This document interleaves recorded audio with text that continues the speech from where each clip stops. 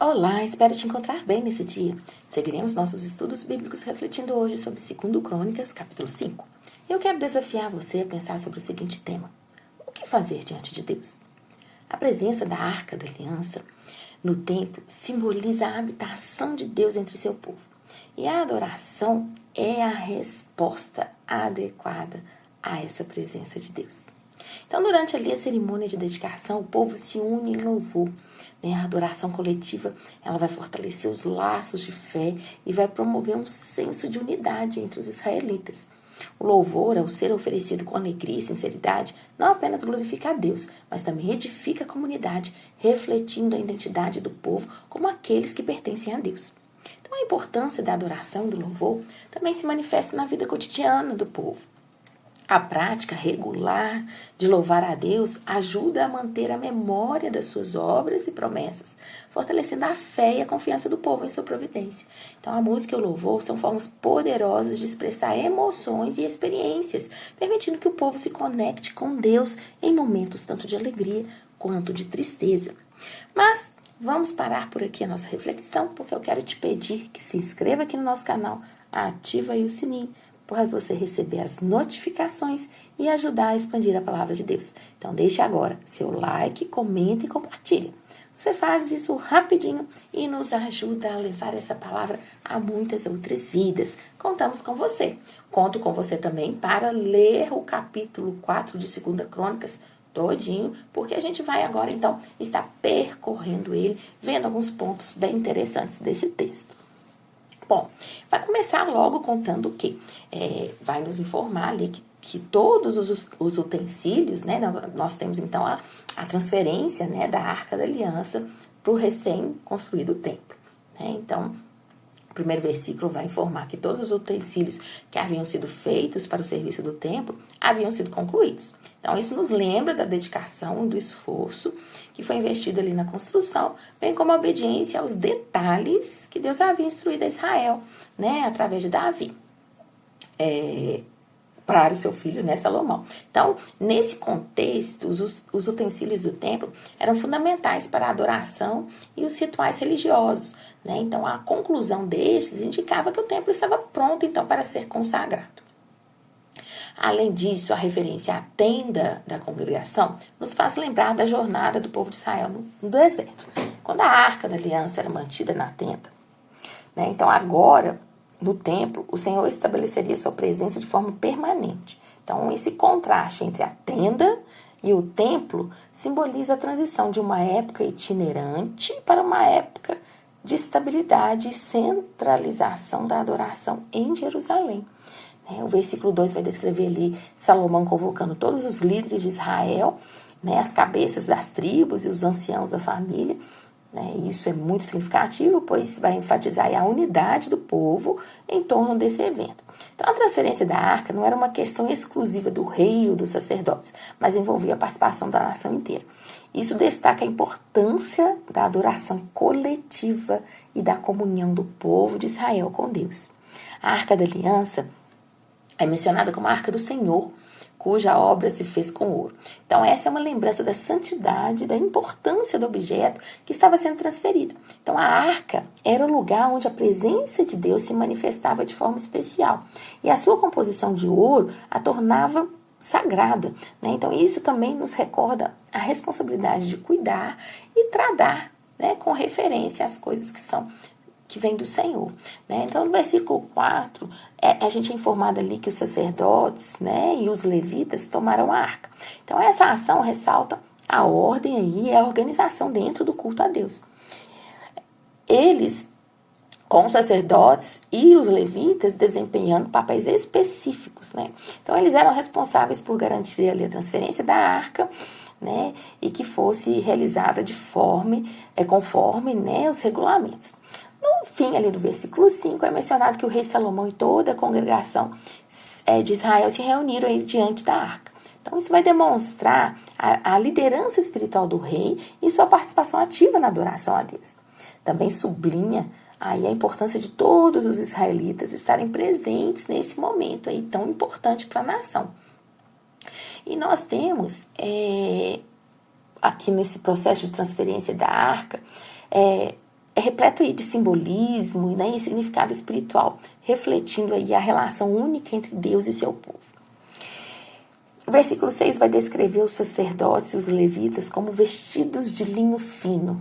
Essa vestimenta é muito significativa, pois o linho fino era um tecido considerado puro e adequado para o serviço no templo. Ele simbolizava a pureza e a santidade, que eram necessárias para se aproximar da presença de Deus. Então, os sacerdotes estavam preparados e trajados de forma apropriada para esse momento. Vai narrar aí como os sacerdotes fizeram essa transferência, então eles a carregaram nos ombros com varas, como ordenado por Deus no Antigo Testamento. E esse método de transporte com os sacerdotes carregando a arca era uma demonstração da obediência às instruções divinas e uma experiência, uma expressão de reverência pela presença de Deus. Então, a Arca da Aliança era uma representação tangível da presença do Senhor entre o povo. E seu transporte exigia muito cuidado e respeito por causa da importância desse ato tão sagrado. Então, a arca ela é colocada no Santo dos Santos, do templo, sob as asas dos querubins. E esse é um momento também bem importante destacar, pois a Arca da Aliança, que simbolizava a presença e a aliança de Deus com Israel, estava agora em seu lugar designado, no coração do templo. Então, a menção ali dos querubins destaca a importância da presença de Deus no templo, como foi revelado a Moisés no deserto, quando Deus deu instruções detalhadas para a construção da arca e dos querubins. Então, os querubins guardavam a presença de Deus e eram um símbolo do seu trono no céu.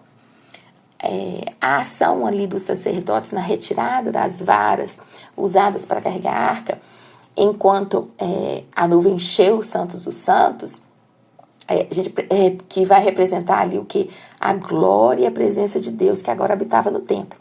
Então, a retirada das varas era simbólica, indicando que o trabalho de transporte estava concluído e a arca estava em seu lugar.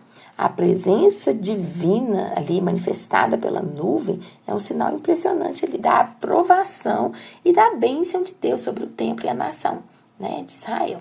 Então, a transferência da arca para o templo não é apenas um evento histórico, mas também tem muito significado espiritual. Representa a concretização da aliança entre Deus e Israel, onde Deus prometeu habitar no meio do seu povo. Então, essa transferência simboliza uma proximidade com Deus, seu compromisso de cuidar e guiar sua nação. A presença da nuvem no Santo dos Santos é uma demonstração do favor de Deus e da confirmação de que Deus estava presente para ouvir as orações e a adoração do seu povo. Vai ressaltar a importância dessa adoração, da reverência na busca da comunhão com Deus. E aí, a partir dos versículos 11 a 14, nós vamos ter ali um momento bem especial, como ele simboliza a presença manifesta de Deus entre seu povo. Então, começa descrevendo ali os levitas, músicos, que é Asaf, Emã, Getudum, que eram diretores de música, vestidos ali de linho fino e tocando instrumentos de música. Então, é um detalhe importante, porque vai enfatizar a música como parte integral da adoração. Então, os levitas, com instrumentos musicais e vestidos de maneira apropriada, lideravam o povo em louvor e adoração. Os levitas cantavam com um só coração. Então, essa unidade de propósito na adoração é uma característica marcante para o momento. O fato de que os levitas cantavam com um só coração vai ressaltar a importância da harmonia e da sinceridade da adoração coletiva. A adoração não era apenas uma atividade ritual, mas era uma expressão genuína de devoção a Deus. Vai mencionar também uma variedade de instrumentos musicais, símbolos, alaúdes, harpas, sendo tocados ali pelos levitas. Cada um desses instrumentos tinha seu papel na música de louvor. Então, os símbolos produziam um som vibrante, as alaúdes tinham uma melodia mais suave e as harpas complementavam com notas que são harmoniosas. Então, a combinação desses instrumentos criava uma experiência musical rica e significativa na adoração de Deus. E vai culminar aí com a proclamação dos músicos e cantores juntamente com os instrumentos musicais para louvarem ao Senhor com essas palavras, porque Ele é bom, porque a sua benignidade dura para sempre. Ele é bom e a sua benignidade dura para sempre. Essa declaração enfatiza a bondade e a fidelidade de Deus, elementos fundamentais da adoração judaica. É um reconhecimento da graça de Deus e da promessa eterna de Deus. E a glória do Senhor enche o templo. Então, uma nuvem densa, símbolo da presença de Deus, desce e impede que os sacerdotes continuem o seu serviço. Esse evento é muito significativo, pois confirma a presença de Deus no templo de forma visível e tangível. A nuvem é uma manifestação de Deus, semelhante a que guiou os israelitas durante o deserto. Então, ela é o sinal da aprovação de Deus e da aceitação das adorações do povo. Então, a reação dos sacerdotes diante dessa manifestação é de adoração e reverência. Eles não podem realizar deveres sacerdotais devido à presença intensa de Deus. Então, essa experiência é uma lembrança poderosa de que a adoração a Deus não é um ritual vazio, mas é uma busca genuína pela presença. Quando a gente pega esse 2 Crônicas 5 e tenta trazer para os nossos dias, nós temos que pensar que nesse capítulo a gente tem ali, vai testemunhar a transferência da Arca da Aliança para o templo recém-construído. É um evento solene, grandioso, remete a espiritual, a realidade espiritual que é Jesus, o cumprimento da aliança divina, o verdadeiro templo e a manifestação da glória de Deus. Então, a Arca da Aliança, com seus querubins guardiões e os mandamentos divinos dentro, representava a presença e a aliança de Deus com seu povo. Mas hoje, quando olhamos para Jesus como a aliança perfeita, a ponte divina entre Deus e o homem, ele é o novo e eterno sumo sacerdote, que não apenas carregou a aliança, mas a cumpriu perfeitamente, revelando o plano redentor de Deus para a humanidade. Então, assim como os levitas vestidos de linho fino lideravam a adoração no templo, Jesus, o sumo sacerdote, veste-nos com sua justiça e nos conduz à adoração ao Pai. Ele é a nossa música celestial, é a melodia da graça que nos reconcilia com Deus. Em Jesus encontramos a harmonia da salvação, o canto de louvor que vai ecoar eternamente. Os instrumentos musicais ali no texto, os símbolos, alaúdes e harpas, podem ser vistos como símbolos da diversidade de dons e talentos que o Espírito Santo concede à igreja. Cada um de nós é como um instrumento nas mãos do Mestre, contribuindo com a nossa parte única para essa orquestração divina da salvação. Assim como os instrumentos trabalham em conjunto para criar uma harmonia, nós, como membros do corpo de Cristo, somos chamados a servir juntos, cada um desempenhando seu papel na adoração ao Senhor. O clímax desse capítulo, sem dúvida nenhuma, é a manifestação da glória do Senhor na nuvem que encheu o templo. Então, essa nuvem é um símbolo da presença de Deus. E hoje, quando olhamos para Jesus, com a manifestação plena da glória de Deus, quando o Verbo se fez carne e habitou entre nós, vimos sua glória, cheia de graça e verdade. Jesus é Emanuel, Deus conosco, o verdadeiro templo onde encontramos a presença de Deus de forma definitiva. Assim como os sacerdotes não puderam continuar em seu serviço devido à presença intensa da nuvem, não podemos continuar em nossos próprios esforços para alcançar a Deus. Precisamos reconhecer que é somente por meio de Jesus Cristo que podemos nos aproximar do Pai. Ele é o único caminho, verdade e a vida.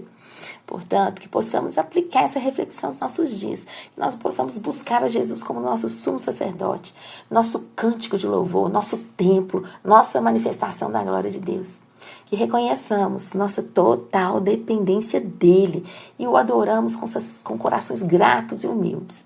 Que nossas vidas sejam como instrumentos afinados para a sua glória, contribuindo para a sinfonia da redenção que ele está conduzindo. Que o nome de Jesus seja exaltado em nossos dias, assim como foi no templo de Jerusalém. Amém. Queria te desafiar a orar em 3 grandes motivos. Buscar a presença de Deus. Ore para que Deus manifeste sua presença durante a sua jornada espiritual, trazendo encorajamento, direção, renovação espiritual. Tenha esse desejo de estar na presença do Senhor. Ore por isso. Ore por uma adoração sincera e reverente. Peça a Deus que te ajude a adorá-lo com coração puro e grato, reconhecendo a fidelidade e o amor dele, que é constante na sua vida. Ore por unidade e comunhão na igreja. Da mesma forma que eles fizeram, adorando juntos, nós devemos orar por unidade e comunhão na igreja, para que possamos adorar a Deus juntos nessa harmonia.